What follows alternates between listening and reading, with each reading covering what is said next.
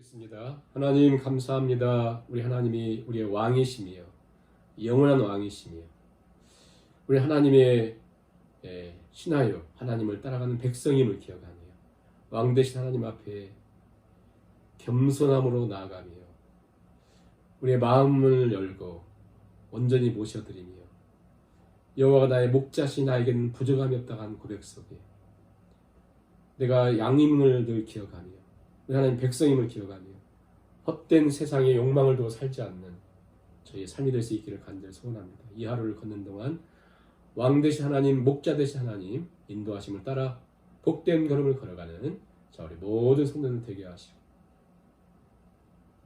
양인 내가 목자인 것처럼 백성인 내가 왕인 것처럼 내 마음대로 함부로 걷지 않는 절제 있는 믿음을 더하여 주옵소서. 오늘도 하나님께서 말씀으로 진리로 인도해 주시기를 간절히 바라보며 예수님의 이름으로 기도하옵나이다. 아멘. 찬송가 67장 찬양을 드리시겠습니다. 영광의 왕께 다 경배하며 그 크신 사랑 늘 찬송하라. 예부터 영원히 참 방패시니 그 영광의 주를 다 찬송하라. 능력과 은혜 다 찬송하라. 그 옷은 햇빛 그 집은 궁창 그 노래 소리로 주노하시고 폭풍의 날개로 달려가신다. 저 아름답고 놀라운 일이 가득한 이 땅 다 주의 조화 그 힘찬 명령에 더 잡히나니 저 푸른 바다는 옷자락이라. 질그릇같이 연약한 인생 주 의지하여 늘 강건하리. 온 백성 지으신 만왕이시니 그 자비 영원히 변함없어라.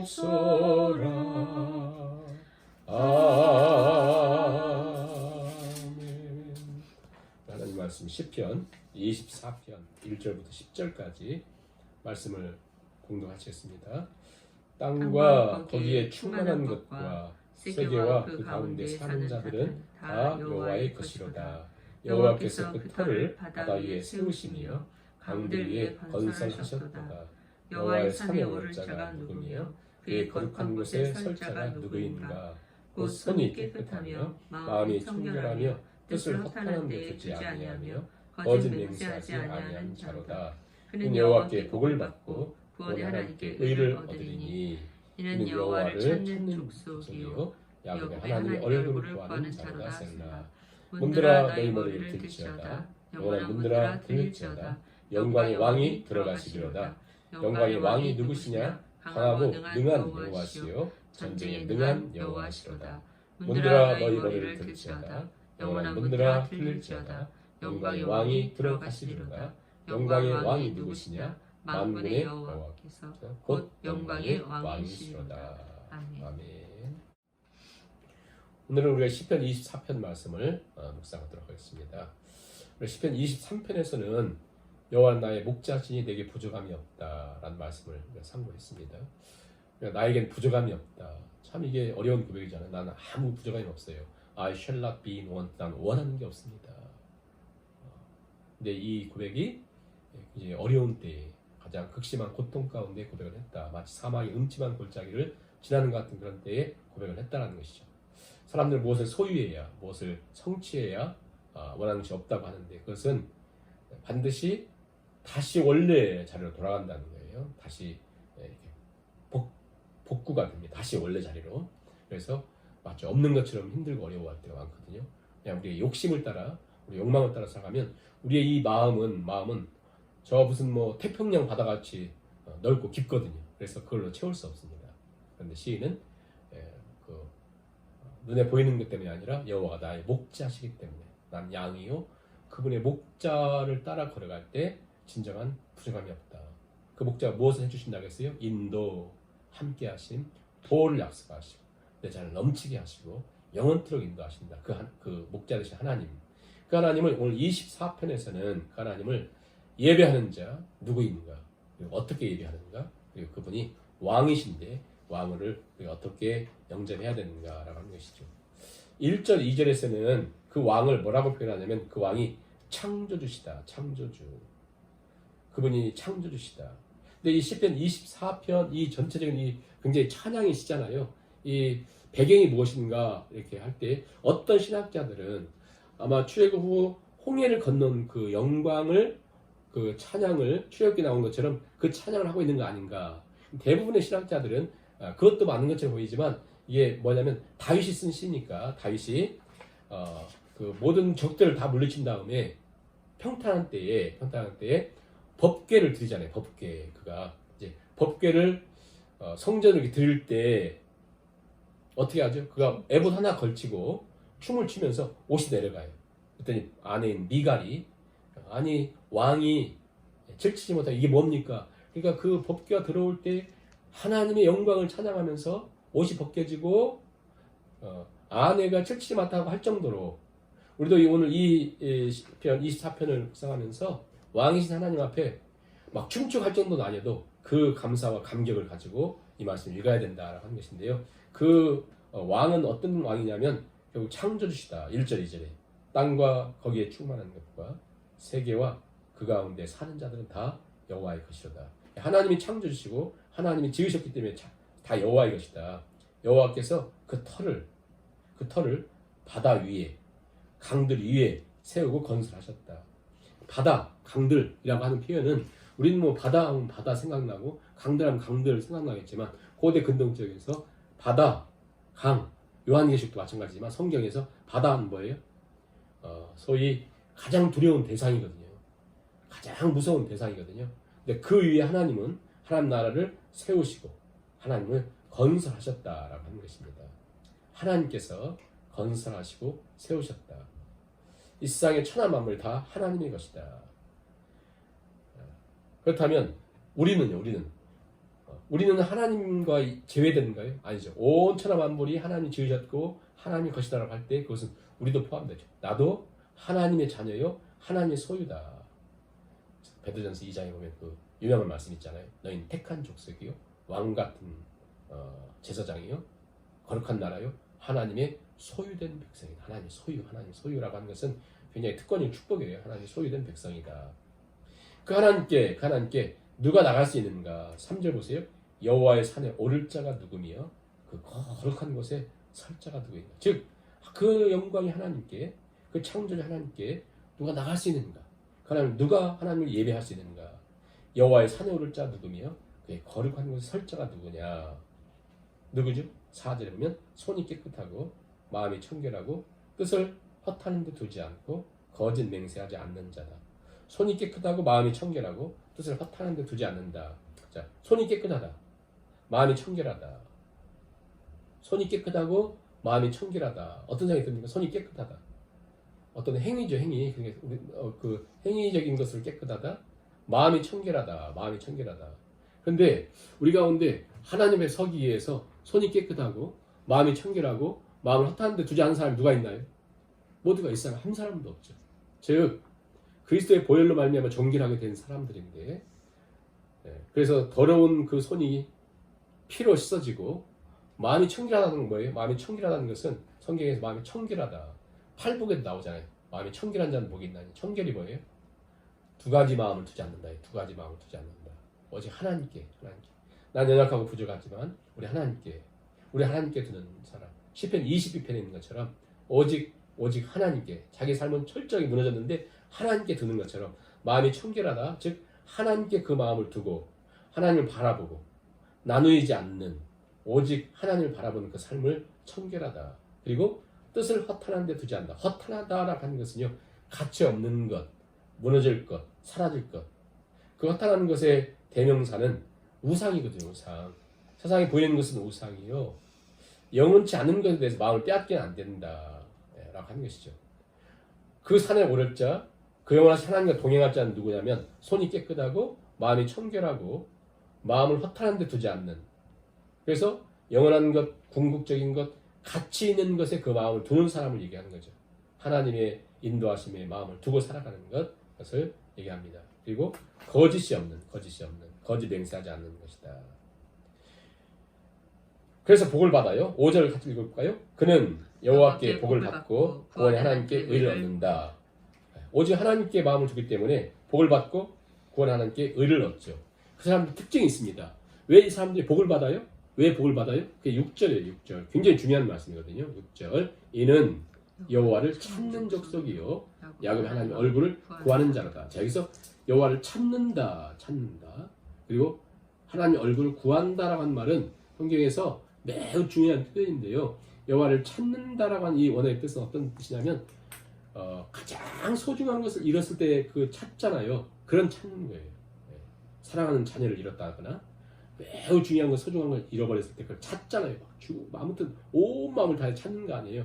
여호와를 그렇게 찾는 사람이 복이 있고, 그 다음에 야곱의 하나님 얼굴을 구하는 자. 뭐가 같으냐면 아이가 울잖아요. 아이에게 필요한 게 많잖아요. 뭐 우유도 필요하고 장난감도 필요하고, 아무튼 우는데 여러 가지 이유가 있을 거 아니에요. 근데 이 아이의 근본적인 것은 엄마예요. 엄마.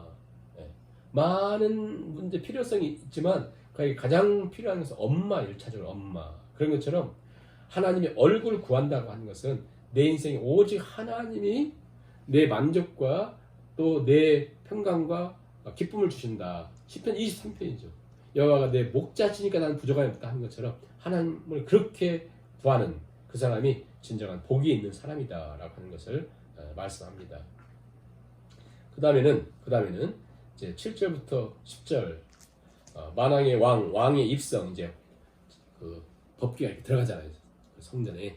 그런 것처럼 이제 우리 하나님, 왕이신 하나님이 우리에게 오신다. 옛날에는 성에 문이 어떻게 돼 있어요? 이렇게 올라가잖아요. 올라가서 내리잖아요. 그런 것처럼 올려라. 충분히 올려라. 왜? 왕이 들어가시니까. 그걸 반복해서 7절부터 10절에 말씀하고 있습니다. 읽어보시면 문들아 너희 머리를 들지어다, 영원한 문들아 들릴지어다, 영광의 왕이 들어가시리라. 똑같이 9절도 보면 반복되고 있잖아요. 문들아 너희 머리를 들지어다, 영원한 문들아 들릴지어다, 영광의 왕이 들어가시리라. 왜 이렇게 반복해요? 너무 중요하니까. 너무 감격스러워서. 문들아 너희 머리를 들지어다, 영원한 문들아 들릴지어다, 영광의 왕이 들어가신다. 자, 영광의 왕이 들어오세요. 영광의 왕이. 그 영광의 왕이 들어오시는데 어떻게? 문들아 머리를 들어라. 왕이나 귀인이 오면 문을 높이 올리지 않습니까? 그런 것처럼 너희의 왕이신 하나님 오시니까 하나님 앞에 마음을 열고 오직 하나님 앞에 지금 내 삶의 상태가 어떻든지 영광의 왕이 오시니까 예배를 드리며 또 하나님 경배하면서 마음을 완전히 열어라. 그 영광의 왕은 누구신데요? 8절에 있는 것처럼 영광의 왕이 누구시냐? 강하고 능한 여호와시요 전쟁에 능한. 왜 강하다고 표현하고 전쟁에 능하다고 표현했을까요? 그 이유는 인생 계속 전쟁이니까. 이스라엘은 계속 전쟁이잖아요. 그 전쟁을 승리케 하신 분이 이 왕이시니까 우리 하나님. 그 하나님이 능력의 왕이요 전쟁에 강하신 여호와시다. 그 하나님이 어떻게 우리 백성들을 인도해 주셨어요? 이스라엘 백성들을 애굽에 있을 때, 출애굽할 때 가장 강력한 그 애굽 군대와 싸우시잖아요. 하나님. 그들을 물리치잖아요. 하나님 능하신 하나님이시요 강한 여호와요 전쟁에 능한 여호와시다. 그 하나님.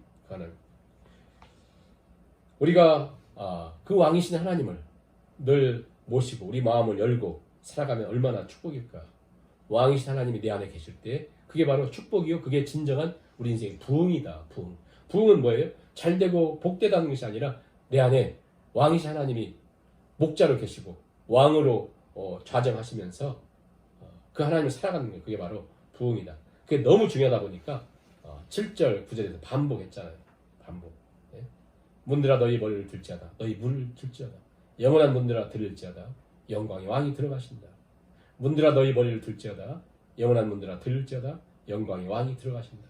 영광의 왕이 누구시냐? 만군의 여호와요 곧 영광의 왕이시요. 그분이 강한 능한 여호와시요 전쟁에 능한 여호와시다. 이렇게 말씀합니다.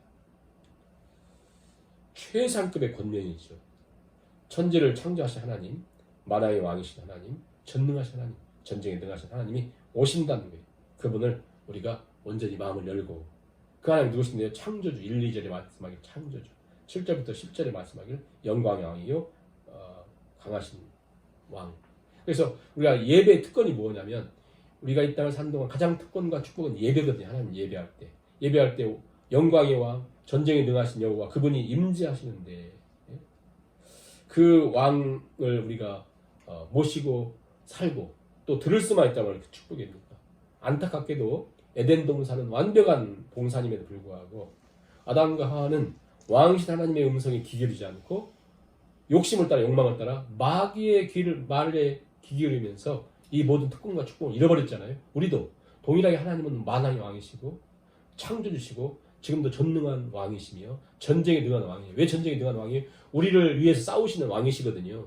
그래서 그 왕이 오실 때 예배를 드리며 그 왕을 모시고 왕으로 함께 살아가고 왕이 나를 다스리시면 이 세상에 나를 당할 자가 없을 텐데, 문제는 이 양인 내가 목자가 되고 자기가 왕이 되어서 걸어가다가 이렇게 낭패하며 걸어갈 때가 너무 많거든요. 오늘 우리가 예배를 드리며 오직 우리 하나님을 나의 왕으로 모시며 살아가야 되는데, 그 만왕의 왕이신 하나님 앞에 딱 문을 닫아놓고 사는 사람 있잖아요. 오늘 닫은 사람이 있다면 상처로 인해서, 문제로 인해서, 염려로 인해서 문을 다 닫는 분이 있다면 오늘 시간 마음을 다 열고 그 왕이 없이는 나는 살 수 없다라는 걸 깨닫고, 아담과 하와가 왜 망했어요? 왜 에덴 동산에 쫓겨났습니까?